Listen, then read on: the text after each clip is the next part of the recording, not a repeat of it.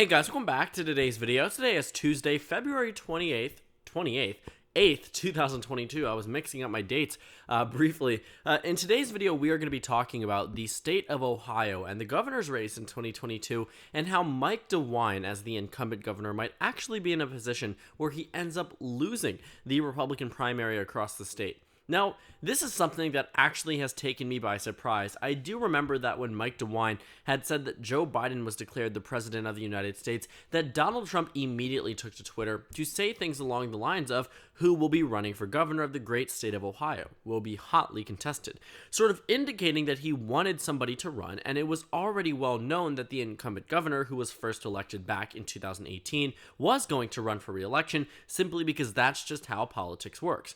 Now, Mike DeWine has been a major proponent of President Trump in the past. He served as the chair of his re-election campaign across the state of Ohio and really handed him a very solid victory in the state of Ohio in 2020. Now, it wasn't solely because of Mike DeWine, and Mike DeWine's 2018 electability does call into question whether or not he was actually the major contributing factor as to why Donald Trump was able to perform so well in the state of Ohio, but the fact remains. Mike DeWine oversaw the re-election campaign for President Trump in the state of Ohio, and Ohio ends up being the largest margin of victory for Donald Trump out of any of the states that were expected to be swing states, disregarding the state of Iowa, which was around neck and neck when it came down to that state. So, in seeing the state of Ohio, a state that voted for Donald Trump by a margin of 8.1%, you can imagine that comments such as this, even though it was very factual and very much just strictly based off of what the election results had said, might actually end up hindering his relationship with President Trump. And more recently, about a month ago today, in fact, on January 8th, 2022, Mike DeWine actually informed us that he had not asked President Trump for support. In fact, went so far as to saying that, he had never even visited Mar-a-Lago, the resort in Florida that Donald Trump seems to be basing his headquarters out of now. I mean, what we know from this interaction is that Mike DeWine doesn't seem like he expects an endorsement from Donald Trump to be needed to win this Republican primary. But new polling data might suggest the contrary, as Mike DeWine only maintains an 18-point lead over his opponents. Now, the 18-point lead is something that isn't really the worst thing. I would say on one hand, one could argue he's an incumbent and it really doesn't look good, which is very much true. And on the other hand, you could argue that 18% is a good enough lead. 18% is enough to say that while there might be some opposition to him as the incumbent, there isn't enough to get rid of him. There's always going to be opposition to some incumbents, and this is a non-issue. But it isn't a non-issue. I would actually say and take the first point that being up 18 points really doesn't impress me. And, obviously I'm not the one determining a Republican primary. Who cares about, whether or not you're impressive or not to a random political YouTuber. But on my hand, I'm looking at this from an analytical point of view, and the primary, while in May, or, right around the corner, doesn't seem like we have a clear consensus on the opposition side for Mike DeWine. And it doesn't look like the Republican primary voters have a clear consensus as to who they want to support. Because while there might be an 18-point lead, what you might notice is that Mike DeWine actually only gets 41%. And you might be saying, okay, I'm showing you a singular poll. Why are we taking this to heart? Why is this singular poll determining whether or not that this is going to be a competitive primary or not? And I will say that there are plenty of other polls. Real Clear Politics simply has only shown us this one. Amongst the Republican primary, what you will actually find is that there have been some pretty strong advocates for primarying Mike DeWine. Taking a look at this average here, what you find is that actually Mike DeWine was lower than Jim Renacki, who was the 2018 Senate nominee for the Republican Party against Sherrod Brown in that race, and ended up losing. And now he's back to run for governor, and it looks like he's doing pretty well. Now, he's a Republican representative, used to be. He served in the House of Representatives, and now he is not serving in any position.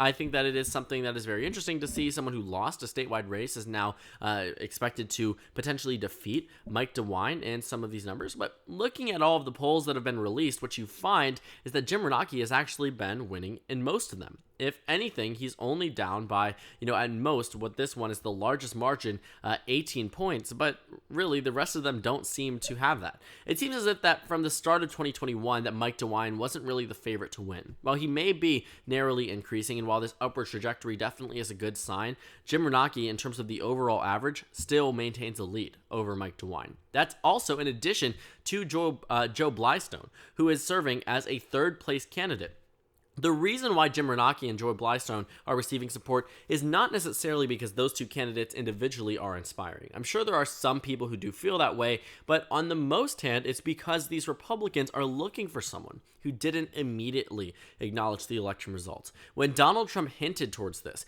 it has been very clear that, there was someone that he at least wanted to run for governor against the state, against Mike DeWine. And in addition to that, when you take a look at, this statement here that Mike DeWine has not even asked for his endorsement, they actually asked Jim Renacci, who also said that he doesn't expect Donald Trump to support anybody but him.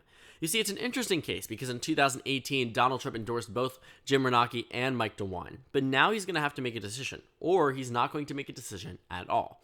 And if it isn't enough to say that there might be some type of Trump opposition to Mike DeWine, like the state itself with this Republican history and Republican, pro-Trump type of vibe across the state, what you will find is that all of the endorsements, at least mostly from the GOP side, from the major, top officials, what you have mayors, city council members, organizations, Republican parties, conservative club, Freedom Coalition, Cops for Trump, right? What you also find is that GOP chairman, vice chairman, I mean, the list goes on, chair, executive, things of that nature. What you find is that Mike DeWine isn't receiving these endorsements from all of these top name officials, but instead it's going to Jim Renacci. The only major endorsements that Mike DeWine has seen is the vice chair of the Republican Party of Ohio, the chair of the Medina County Republican Party, and 3 mayoral endorsements in the Franklin County Republican Party, one of the larger counties across the state, but not enough, I would say. If you're being counteracted by all of these, chairs, chairmen, central committee chairs, executives, these people still pull their weight, especially in some of the smaller counties that might seem inconsequential right now, but in a Republican primary where most of that Republican, primary vote is going to come from outside of the cities, what you're going to find is that some of these major endorsements within the major cities might matter for a general election, but won't matter for a primary election, at least in terms of reaching out to the most people. So what I find here is that Jim Renacci is potentially going to primary Mike DeWine, and that will be something that Republicans likely will regret, and we'll talk about why that might be. In 2018, there was a competitive Senate and governor's race in the state of Ohio. Sherrod Brown won the Senate race as a Democrat. Mike DeWine won the governor's race as a Republican. That means, concretely, that there were voters that voted for both Mike DeWine and Sherrod Brown, and that honestly wasn't hard to see. Now, Richard Cordray definitely gave Mike DeWine a run for his money. This race was definitely well fought by the Democratic Party, and it was definitely an uptick after losing to Donald Trump by a margin of nearly 9 percentage points back 8.1% back in 2016. And in seeing the fact that they were able to improve and then go on to win a Senate election on the same ballot, it did seem to indicate that, there is some type of possibility that Democrats do end up winning in Ohio, especially in off years, because 2 years later, or at least off or midterm years, because 2 years later, the state of Ohio ended up going red.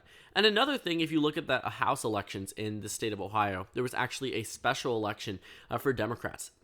In Ohio's, I believe, let's see here, right around this area, I remember there was one of these competitive districts that was up for a special election, and it was definitely closely watched. It was Troy Balderson in Ohio's 12th congressional district, where Danny O'Connor came close, and there was also a special election that had it extremely close as well.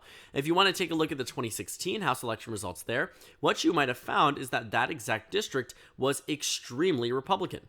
It ended up going to the GOP with 67% of the vote. Yet in the House elections in 2020, what you find is that in the 12th district, you saw Danny O'Connor improve off the 2016 general election ballot and come very close to defeating Troy Balderson in a district that is extremely conservative. So in seeing this swing across the state of Ohio, I would honestly say the GOP probably threatens themselves by nominating someone like Jim Renacci, not necessarily because 2022 is going to be like 2018, but more so that Mike DeWine has proved his worth more than once, especially when it mattered. 2018 was a year in which Democrats were winning by 10 in neighboring Michigan and by over 10 in neighboring Pennsylvania. Democrats were winning a Senate election in West Virginia. They were competitive in Indiana. What you found was that many states flipped, including Kansas, Maine, Illinois, Wisconsin, Michigan, New Mexico, Nevada, for the Democratic Party, but Ohio stayed strong. And it stayed strong because Mike DeWine was a good GOP candidate. What we saw was that Sherrod Brown was able to hold on to his race against none other than Jim Renacki. That race was extremely competitive, but the Democrats still ended up winning by nearly 6 percentage points. I apologize for the background noise. Obviously, I can't control that. But, in looking at the 2022 race for governor here, the Republicans would be just wrong to nominate someone who lost in a statewide election just 4 years prior. While the 2022 national environment might simply be enough to carry him across the finish line, there's no guarantee that he would be able to win again in 2026. What you need to find are people who are at least somewhat popular, and Mike DeWine at least checks one of those boxes. He might not necessarily be super popular amongst Republicans, but he performs well enough amongst independents and Democrats that in the general election with a consolidated GOP support, it is doing enough, I think, to carry him across the finish line. But there always is that concern that with a competitive GOP primary, you're going to be alienating one part of the base. The good news for Mike DeWine is that he hasn't been openly contested by someone who is a Trump-endorsed candidate, like you might find for Brian Kemp in the state of Arizona, or how Doug Ducey was practically bullied out of the Senate race in the state of Arizona. Looking at Mike DeWine versus Jim Renacki, it won't be as alienating for the Trump base because there isn't a Trump endorsement here. Because there isn't Donald Trump trying to sway the electorate in the state of Ohio, at least yet. And that's why I think this is a good sign for, the Republican Party, at least for Mike DeWine, because a fractured GOP is something that won't be able to perform to the best of your ability in the general election. You can still win, but it won't be a solid victory like we saw for President Trump in both 2020 and 2016. So I think that there definitely is a fine line here. I think Donald Trump definitely needs to stay out of the race because Mike DeWine, even if he has primaried, it really won't service Donald Trump in the way that he thinks. There is no real benefit of moving on with someone. Mike DeWine, as soon as he wins his primary, will likely go back to being, at least continuing being actually, a pro-Trump type of candidate, a pro-Trump type of governor, and someone who is at his beck and call. And that's just the reality of it. Mike DeWine has no electoral incentive to oppose one of the Republican Party's most popular figures. But like I had said, he is someone who has a strong electoral history behind his name. He served as the 50th Ohio Attorney General. He served as a United States Senator from the state of Ohio. He served as the Lieutenant Governor of the state of Ohio, and he was a United States Representative from Ohio's 7th Congressional District. What did Jim Renacki do? Well, he was a former United States Representative serving from 2011 to 2019. In addition to that, he has a losing Senate race under his belt that he retired from the House to run for Senate in 2018. So, in seeing the comparison here, one person again has consistently performed well statewide, has consistently proven their worth in the state of Ohio. Of course, every politician will have their ups and downs, and Mike DeWine right now is definitely at a down. The fact that he as an incumbent is in a threatening position for governor is something to worry about. But on the other hand, I do think that if he's able to survive this primary, that he still will do very well in the general election. Just as of right now, because of moves like the one that I showed you very early on, some things that seem to be so inconsequential in the long run that actually might make all the difference in this governor race, is leading to potentially an extremely strong primary opponent. Jim Renacki maintains his lead in the most recent poll from Harris Poll. One thing that I do want to say is that Mike DeWine should fear Joe Blystone potentially dropping out. The reason being that almost all of that support will immediately go to Jim Renacki.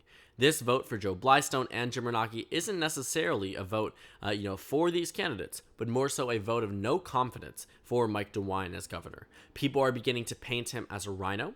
He implemented mask mandates. He implemented COVID-19 restrictions. He also acknowledged the validity of the 2020 election. And people don't like that. And people don't approve of that. And by people, I mean the Republican Party.